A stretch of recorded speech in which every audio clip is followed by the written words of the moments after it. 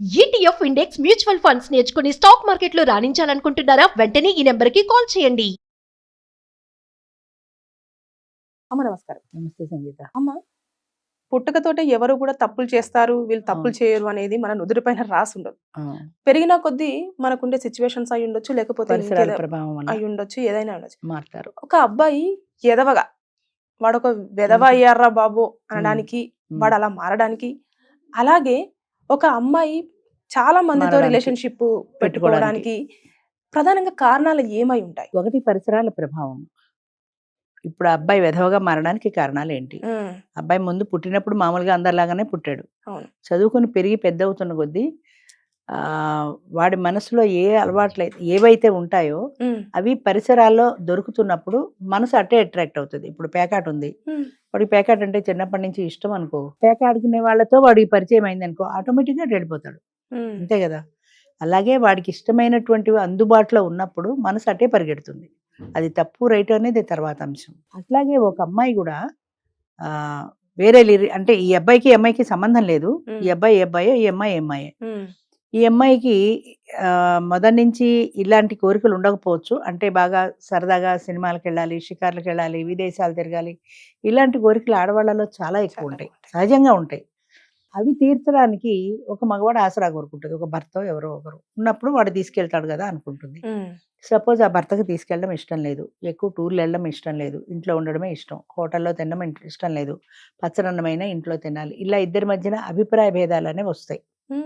అభిప్రాయ భేదాలు వచ్చినప్పుడు ఈ అమ్మాయి తగ్గించుకోలేదు, ఈ అమ్మాయికి ఉండేటువంటి ఇష్టాలని చంపుకోలేదు. వాడి కోసం ఎన్నాళ్ళు చంపుకుంటుంది? నెలకు ఒకసారి కూడా బయటికి తీసుకెళ్ళినప్పుడు అమ్మాయికి బయటికి వెళ్ళాలనే కోరిక ఎక్కువ ఉంటుంది. వాడికి ఎంతసేపు పెళ్ళాం ఇంట్లోనే ఉండాలి, వాడు బయట తిరుగుతాడు కానీ పెళ్ళాం ఇంట్లోనే ఉండాలి. ఇలాంటి అభిప్రాయ భేదాలు భార్యాభర్తల మధ్య వచ్చినప్పుడు ఈ అమ్మాయిలో అసంతృప్తి మొదలవుతుంది. తన కోరికలు తీరలేదు కాబట్టి, పూర్వకాలం అయితే నా కర్మ ఇంతేలే, నా ప్రాప్తం ఇంతేలే అని దండం పెట్టి ఏడ్చుకుంటూ కూర్చునేవాళ్ళు. వేరే ఆల్టర్నేట్ లేదు. ఇప్పుడు ఆల్టర్నేట్లు మార్కెట్లో బోల్డ్ దొరికాయి. అంచేత ఈ అమ్మాయి ఉద్యోగం చేసుకునే అమ్మాయి కానీ, లేదా చేసుకోకుండా హౌస్ వైఫ్గా ఉంటే ఇరుగు పొరుగు ఇళ్లలో కానీ ఎవరైనా ఈ అమ్మాయికి అనుకుగా, అంటే ఈ అమ్మాయి ఇష్టాలకి అనుకూలమైనటువంటి వ్యక్తి ఎవరైనా దొరికితే అమ్మాయి మనసు అటు మళ్ళుతుంది. అటు మళ్ళినప్పుడు సాధారణంగా వాళ్ళతో తన ఇష్టాలని షేర్ చేసుకోవాలనుకుంటుంది.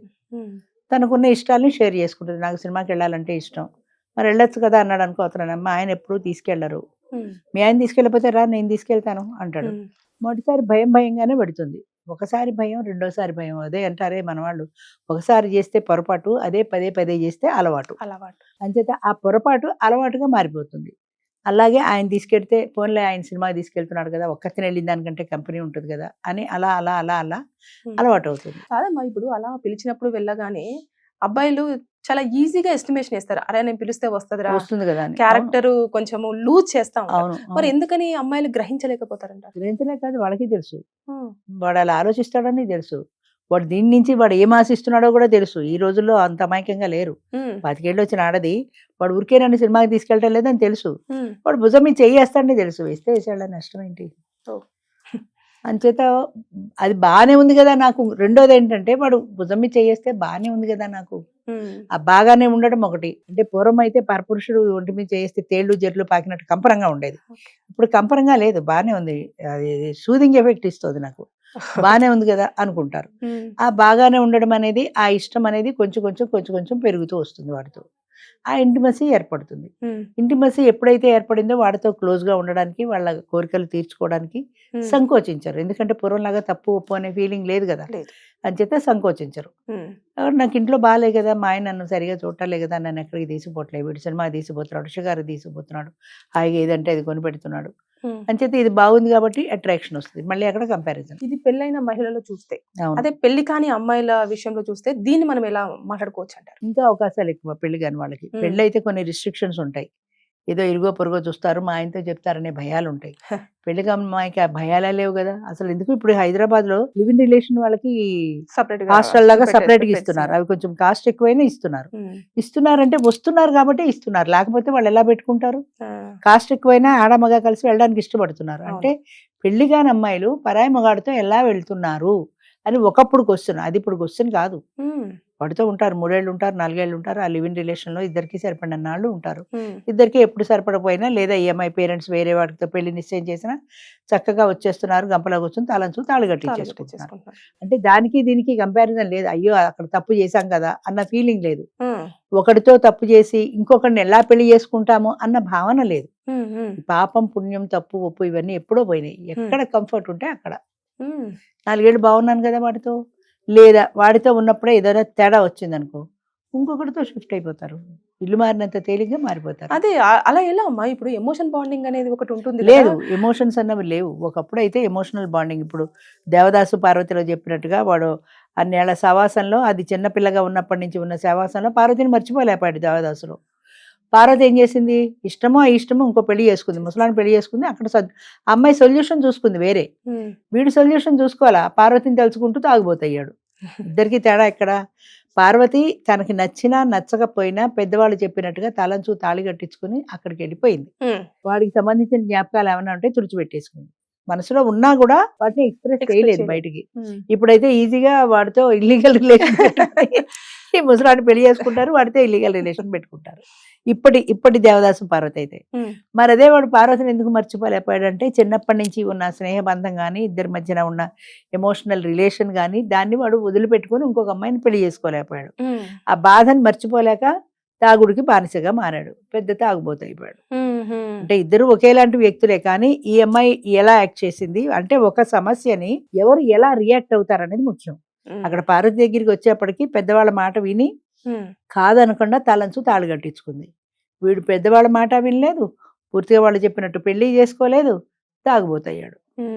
సమస్య ఇద్దరిది ఒకటే, కానీ పరిష్కారాల దగ్గరికి వచ్చేప్పటికి ఈ అమ్మాయి యాంగిల్ వేరు, ఆ అబ్బాయి యాంగిల్ వేరు. సో ఏదొచ్చినా సరే మనం పరిష్కరించుకోవడంలోనే ఉంటుంది, పరిష్కారంలోనే ఉంటుంది. ఏ సమస్యకైనా మన పరిష్కారం ఏది? ఇప్పుడు ప్రతి సమస్యకి కూడా నేను అదే చెప్తా, ఒక పరిష్కారం కాదు, 4-5 పరిష్కారాలు ఉంటాయి. ఈ 4-5 పరిష్కారాల్లోనూ మనకి ఏది సూటబుల్ అవుతుంది, మనకి ఏది సూట్ అవుతుంది చూసి చాయిస్ ఉంటుంది, తెచ్చుకోవాలి. మనం అలా మనం ఏమనుకుంటాం అంటే మన మనసులో ఏ పరిష్కారం అయితే ఉందో అదే కావాలనుకుంటాం. అదే కరెక్ట్, అదే కావాలనుకుంటాం. మనం చాయిస్లోకి వెళ్ళాం, ఇదే కావాలి నాకు, ఈ పరిష్కారమే కావాలంటే ఆ పరిష్కారం దొరకదు. దొరకనప్పుడు తప్పుడు దారి పట్టేస్తారు అంతే. ఇప్పుడు పెళ్ళే ఉంది, ఈ పెళ్లి తప్ప వేరే మార్గం లేదు. ఇప్పట్లో లివ్ ఇన్ రిలేషన్లు ఫ్రెండ్షిప్లు లేవు. ఇక ఉన్న మార్గం ఏంటి? పూర్వం వాళ్ళకి భరించడం ఒకటే. విడాకులు లేవు కదా, విడాకులు తీసుకోవడానికి లేదు, పుట్టింటికి వెళ్ళడానికి లేదు, కష్టమో సుఖమో అక్కడే భరించడం, ఏడుపే కష్టమే. కానీ ఆల్టర్నేట్ లేదు వాళ్ళకి, ఆల్టర్నేట్ లేదు కాబట్టి భరిస్తూ అక్కడే ఉండేవాళ్ళు. ఇప్పుడు తాగుబోతైనా తిరిగిపోతైనా ఏమైనా సరే భరించడం ఒక్కటే తెలుసు వాళ్ళకి, ఆల్టర్నేట్ లేదు కాబట్టి. ఇప్పుడే ఉంది బోల్డ్ ఆల్టర్నేట్లు ఉన్నాయి. వాడికి విడాకులు ఇచ్చేయచ్చు, ఇంకోటి పెళ్లి చేసుకోవచ్చు, లేదా వాడితో ఉంటూ ఇల్లీగల్ రిలేషన్ పెట్టుకోవచ్చు. చాయిస్లు ఎక్కువ ఉన్నాయి కదా. అప్పట్లో చాయిస్లు లేవు కాబట్టి అది పరపురుషుడితో మాట్లాడడమే తప్పు. దేవదాసు పార్వతిలో కూడా అది వాడు చచ్చిపోయే ముందు ఆ బండిలో తీసుకొచ్చి వాళ్ళ ఇంటి పడుకోబెట్టినప్పుడు అది ఎడుతుంటే తలుపులు వేసేస్తారు కదా ముసలాడు, వాడు కొడుకు ఎవరో తలుపులు వేసేస్తారు, నువ్వు వెళ్ళడానికి వీలేదైంది. ఎందుకంటే అది దేవదాసుని చూడకూడదు, తప్పు అన్నది అప్పటి సమాజం కట్టుబాట్లు అవి. వాడు పరపురుషుడి కిందే లెక్క కదా దేవదాసు, అంచేది వాడిని చూడకూడదు, అది సమాజం కట్టుబాటు. అది దాంట్లో ఇది ఎంత బాధపడింది, ఇది ఎంత నలిగిపోయింది అదే అనవసరం, సమాజానికి అనవసరం. అది వాడిని చూడకూడదు అంతే.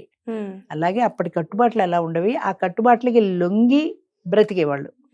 ఇప్పుడు కట్టుబాట్లు లేవు, కట్టుబాట్లకి లొంగి కూడా ఎవరు ఉండట్లా. ఎవరు ఇప్పుడు ఏంటంటే పెళ్లి ఉందనుకో, ఆ పెళ్లిలో భార్యాభర్తలు ఇద్దరు కలిసి ఉండాలని సమాజం చెప్తుంది. ఎక్కడ ఉంటున్నారు? విడిపోతున్నారు, లేదా కలిసి ఉంటూనే ఇల్లీగల్ రిలేషన్ పెట్టుకుంటున్నారు. అంచేత ఒకళ్ళు కంట్రోల్ చేసే పరిస్థితి లేదు, సమాజానికి అసలే లేదు. విశృంఖలత్వం పెరిగిపోయింది, ఎవరికి తోచినట్టు వాళ్ళు చేసుకుంటారు. సో ఎదవలు అవ్వడానికి ప్లస్ తర్వాత తప్పుడు తోవలు వెళ్ళడానికి చాలా చాయిసెస్ ఎక్కువగా ఉండడం, ఆప్షన్స్ ఎక్కువ ఉన్నాయి కాబట్టి ఆటోమేటిక్ గా వెళ్ళిపోతారు. వాళ్ళు అనుకున్నదే అదే, అంతే, అదే సొల్యూషన్ అనుకున్న వేలో వెళ్తున్నారు కాబట్టి ఇలాంటివన్నీ జరుగుతున్నాయి అంటారు. అంతే. మంచిది.